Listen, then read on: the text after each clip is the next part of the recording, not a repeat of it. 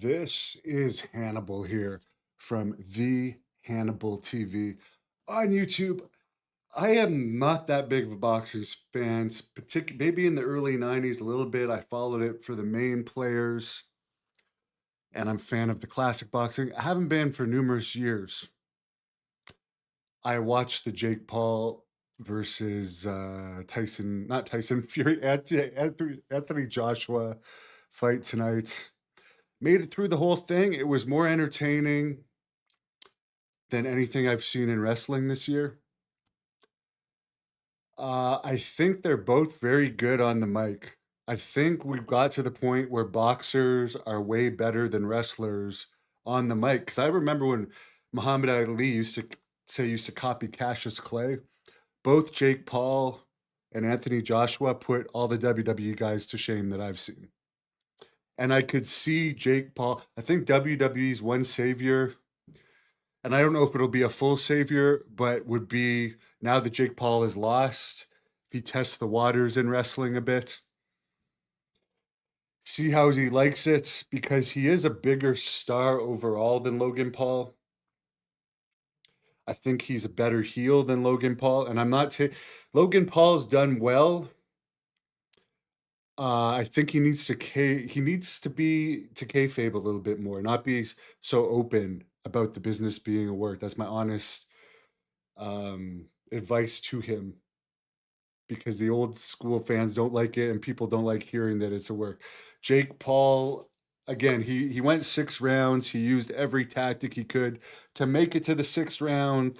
Anthony Joshua in this fight was very careful.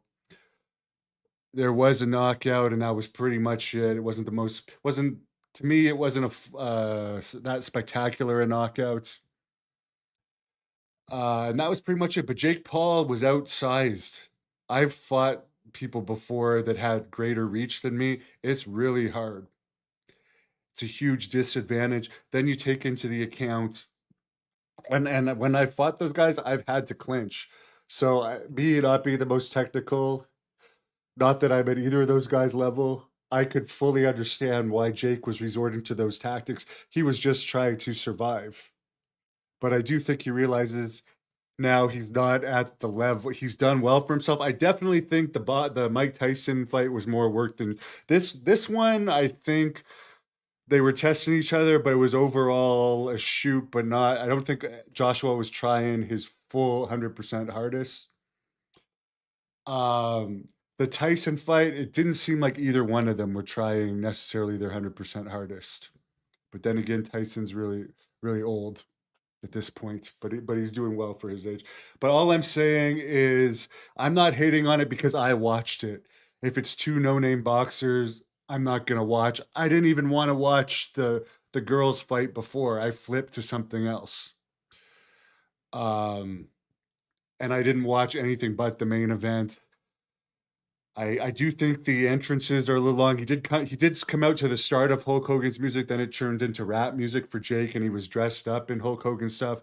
I would imagine, since WWE recently signed some sort of deal with Hulk Hogan's son Nick, that has to do with him getting extra money. I could only imagine.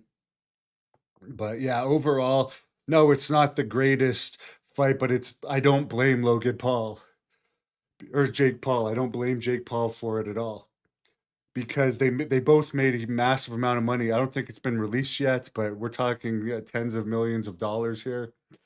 You got to go as long as you can. And how embarrassing would it have been for Anthony Joshua, being bigger than Jake Paul and much more experienced than Jake Paul, to have got knocked out by Jake Paul if he had just taken one, because anyone can catch it. Even the best fighters could be caught. So I don't have any issues with it.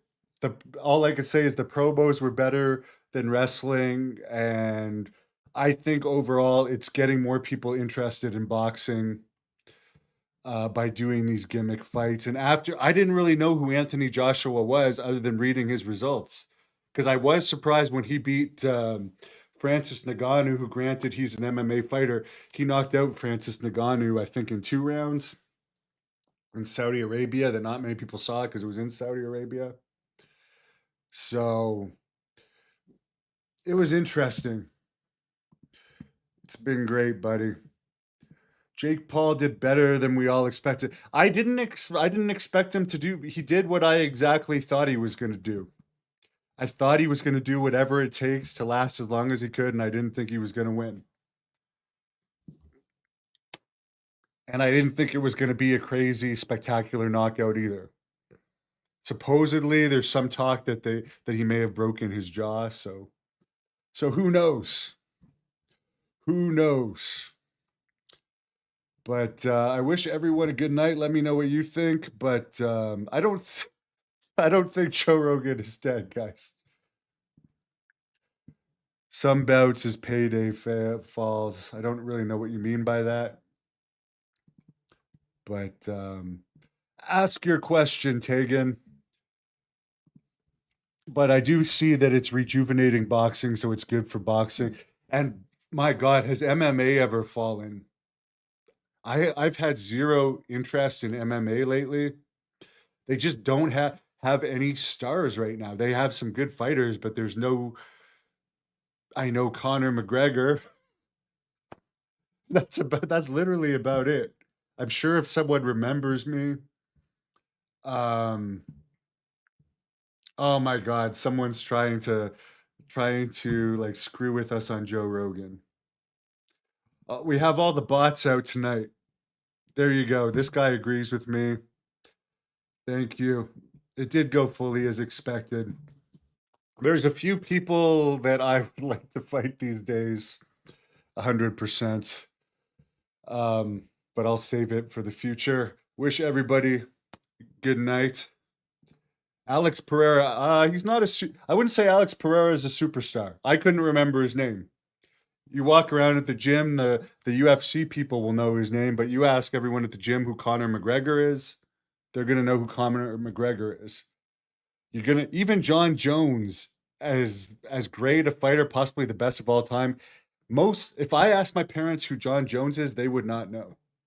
He's a big star, but he's not a superstar yet. He could potentially be one, but I don't think, and he's a great fighter, but I don't think he's near the Brock Lesnar level or the level that Chuck Liddell was at and Tito Ortiz at one point. No, I do not think Jake took a dive at all. I think he hung on as long as he could and did whatever he could until he just got outmatched and started to lose steam.